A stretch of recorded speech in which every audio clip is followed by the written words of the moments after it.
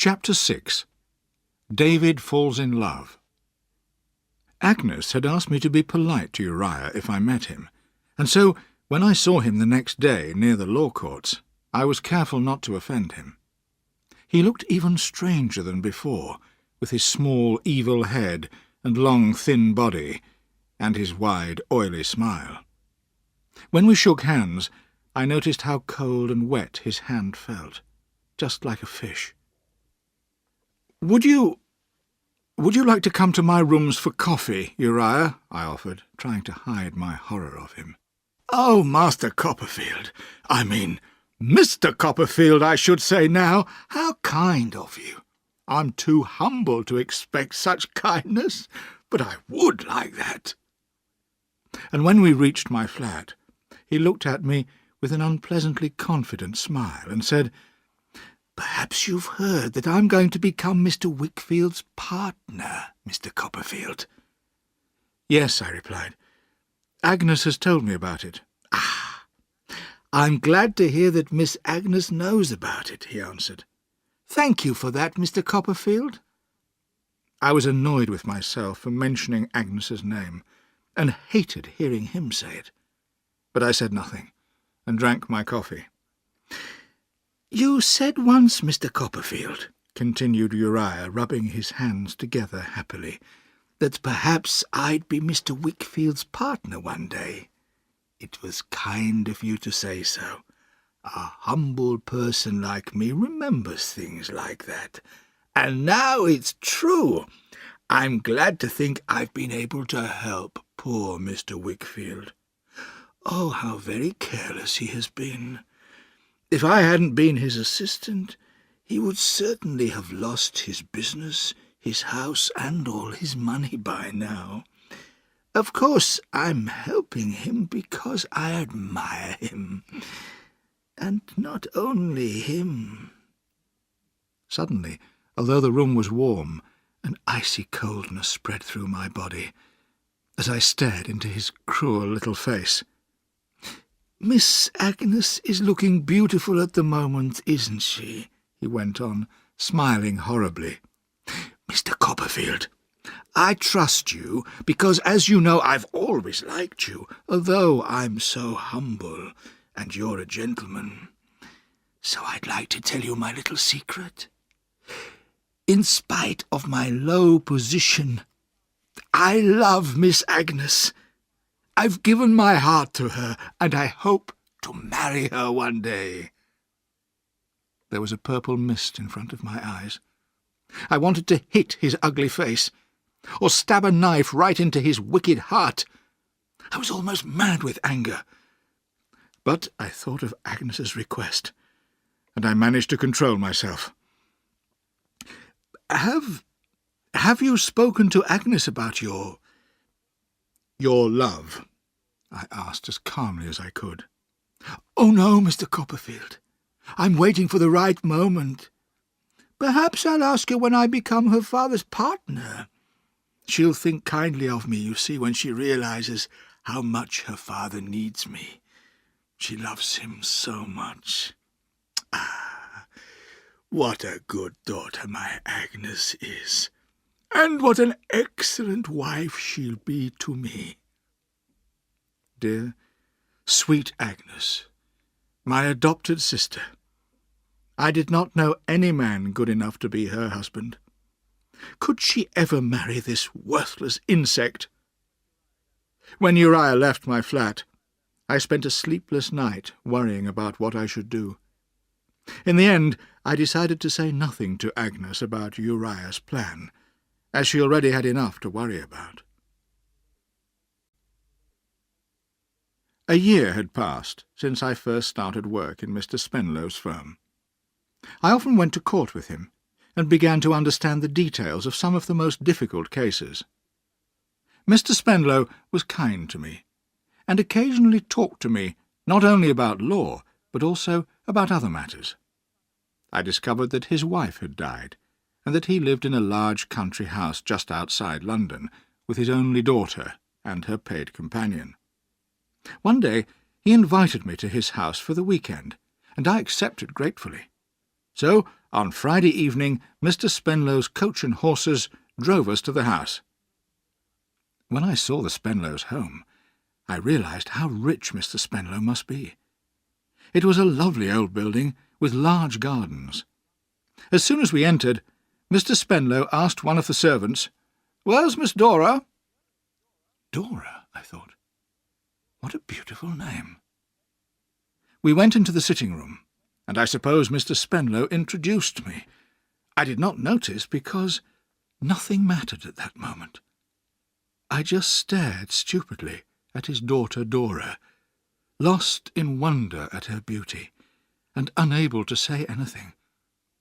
I had fallen in love in a second. As I stared, I heard a voice speaking to me, but it was not Dora's. It was her companion, whom I had not noticed at all while Mr. Spenlow was making the introductions.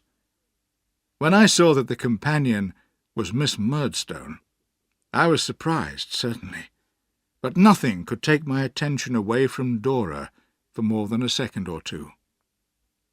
Mr. Spenlow explained that Miss Murdstone had been kind enough to come and look after his poor motherless daughter, and to be her confidential friend and companion. But it seemed to me that Dora was neither friendly nor confidential towards her stern companion. As for me, the rest of the weekend passed in a kind of fog. We ate meals and went for walks. People spoke to me, and I answered, but I have no idea what I actually said. All I remember was Dora's golden hair, and Dora's blushing face, and Dora's beautiful blue eyes. Occasionally I was lucky enough to speak to her alone, and then I was so shy that I blushed as much as Dora herself. I was very jealous of the little dog that she carried everywhere with her.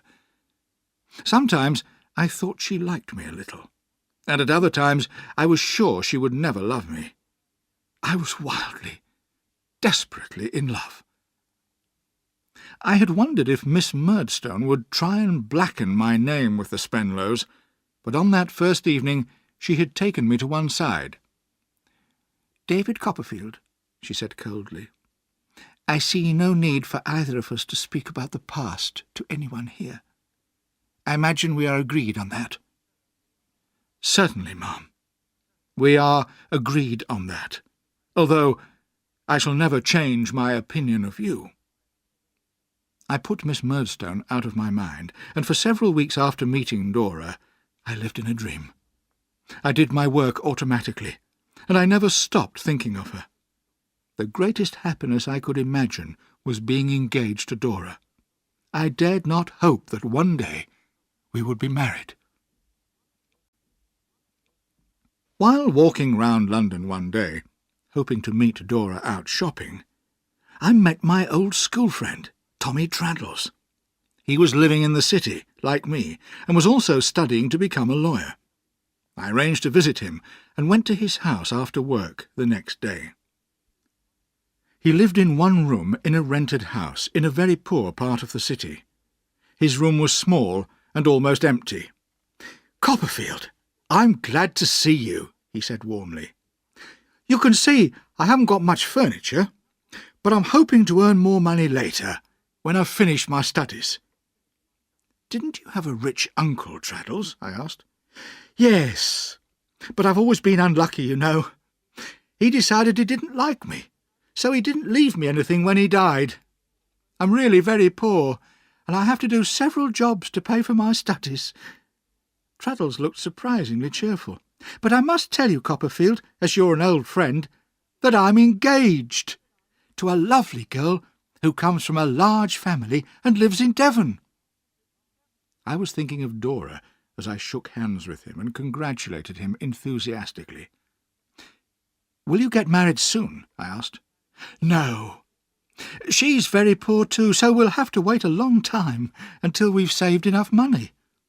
She's such a dear girl, Copperfield. She says she'll wait for me until she's 60 if necessary, and I'm quite happy here with the people who rent the house. The Micawbers are very kind." "Who did you say?" I cried. "The Micawbers? I know them." Just then, Mr. Micawber himself knocked at the door and entered. His stomach was a little fatter, and his face a little older than before, but he looked as confident as ever. I went up to him and shook his hand. "How are you, Mr. Micawber?" I asked. "Do you remember me?" "Is it possible? Can it be? Have I the pleasure of seeing my old friend Copperfield again?" he replied, a smile spreading over his large face. He turned to call downstairs, "My dear, come and meet this gentleman, my love." When Mrs. Micawber came in, she was also delighted to see me, and we talked for some time about the twins and the other children, and her husband's business interests. But this conversation soon made Mr. Micawber rather depressed. "You see, Copperfield," he said miserably, "nothing has turned up yet. Sometimes I wonder whether anything ever will turn up. I can't pay for our food or even our water. It's hard enough for me to accept the situation, but how can I expect my dear wife to live like this? Perhaps it would have been better if I'd never asked her to marry me." He put his head in his hands. "Micawber!" cried his wife. "How can you say that? You know I've always loved and admired you, and always will love and admire you, my dear husband." And they fell into each other's arms, sobbing on each other's shoulders. In a few moments they had both dried their eyes and looked quite cheerful again. I realized that the Micawbers had not changed at all, but this quick change of mood was rather a surprise for Traddles. Before I left, I made sure I had a word in private with my old school friend. "Traddles," I whispered, "take my advice. Don't lend Mr. Micawber any money. He's got a lot of debts." Traddles looked uncomfortable. "Thank you, Copperfield," he whispered in reply, "but I've already lent him some. I don't know whether he'll give it back. You know how unlucky I am." When I got back to my rooms, I found Steerforth waiting for me there. I thought of Agnes's warning about him, but when I saw his open, good-looking face, I could not believe he could be a bad influence on anyone. However, there was something rather strange in his manner that night. Sometimes he seemed quite depressed, almost desperate, but a minute later he was laughing wildly, and I had no idea why he was like that. "I've just been to Yarmouth, David," he told me. "Oh," I replied.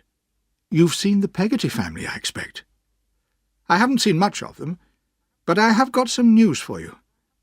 It's about old Barkis.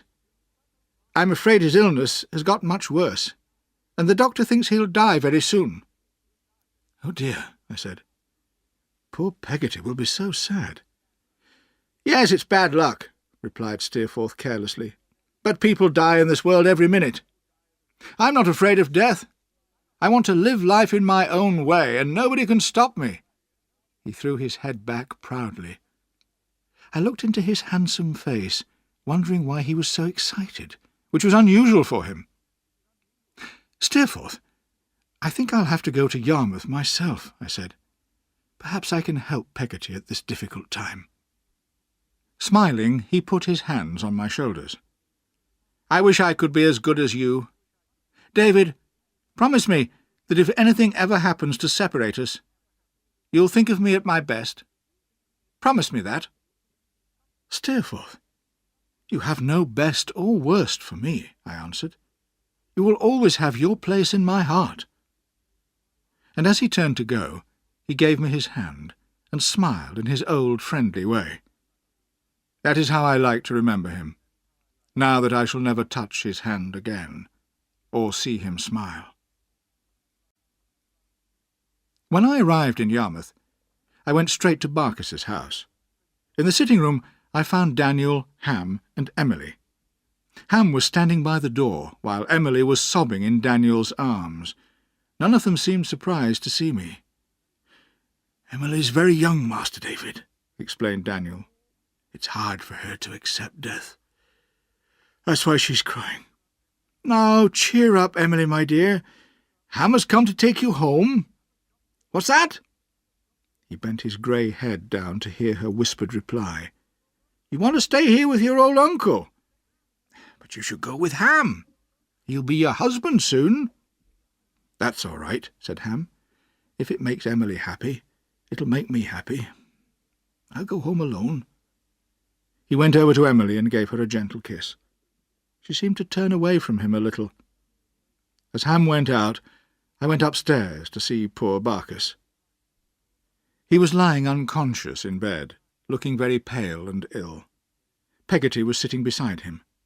She jumped up and took me delightedly in her arms, just as she used to do. Then she turned to her husband.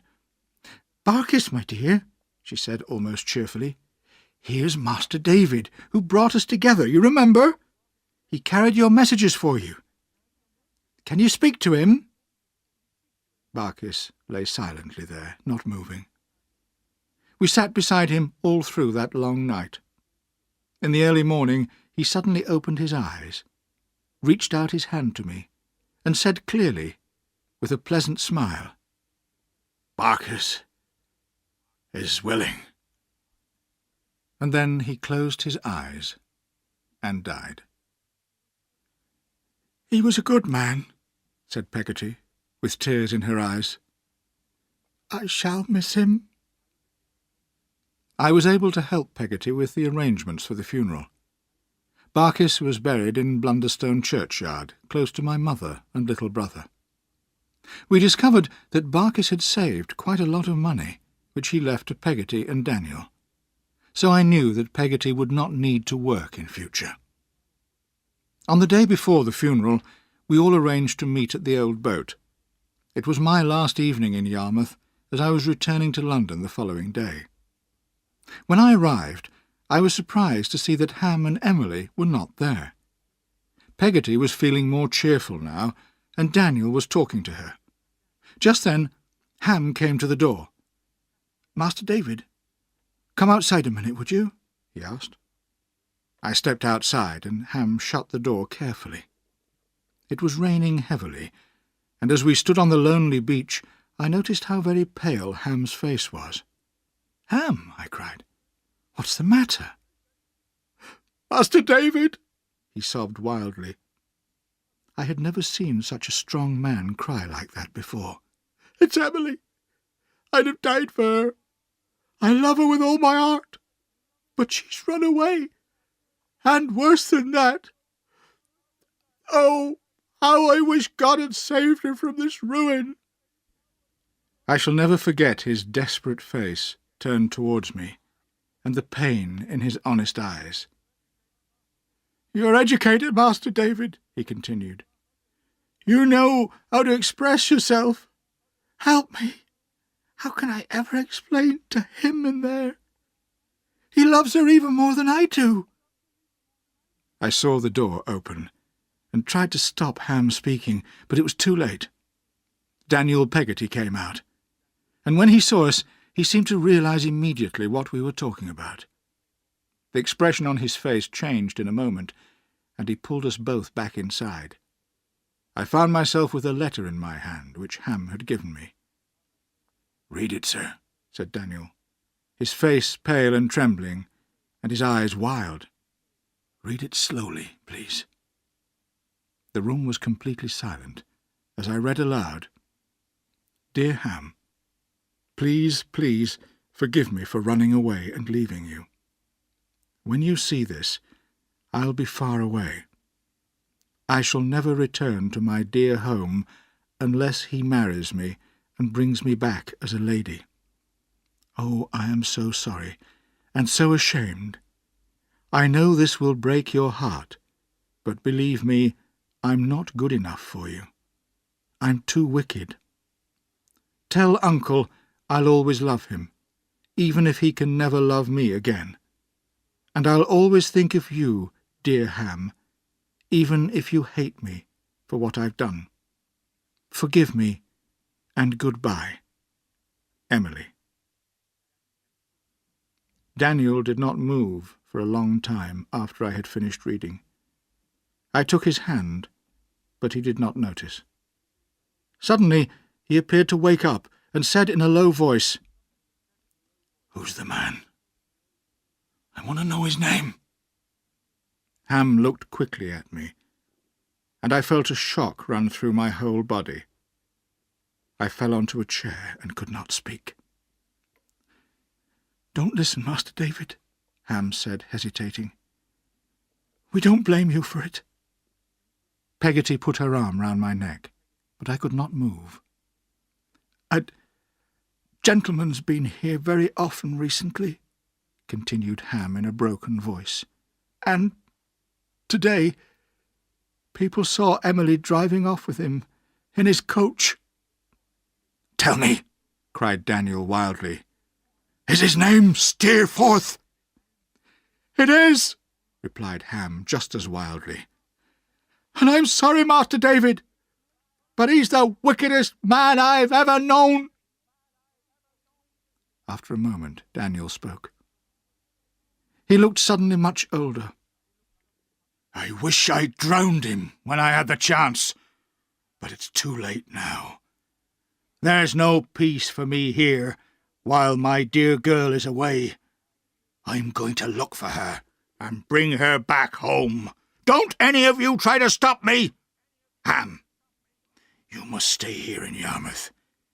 Keep a light always burning in the window of this house, so that if the poor girl ever comes back, she can find her way home across the sand. I'm going to London and France, and all over the world if necessary. I'm prepared to spend my whole life travelling until I find her. If anything happens to me, if I don't come back, tell her I forgive her. Tell her my love for her is unchanged." And although we all tried hard to persuade him to stay, he refused to listen. He took his coat, hat, bag and stick, and stepped out into the darkness. We watched him walking along the London road until he disappeared from sight. I often thought of that lonely figure in the next few weeks and months, walking through strange streets in foreign cities, looking for his adopted child. When I thought of him, I remembered his last words to us. "If anything happens to me, if I don't come back, tell her I forgive her. Tell her my love for her is unchanged."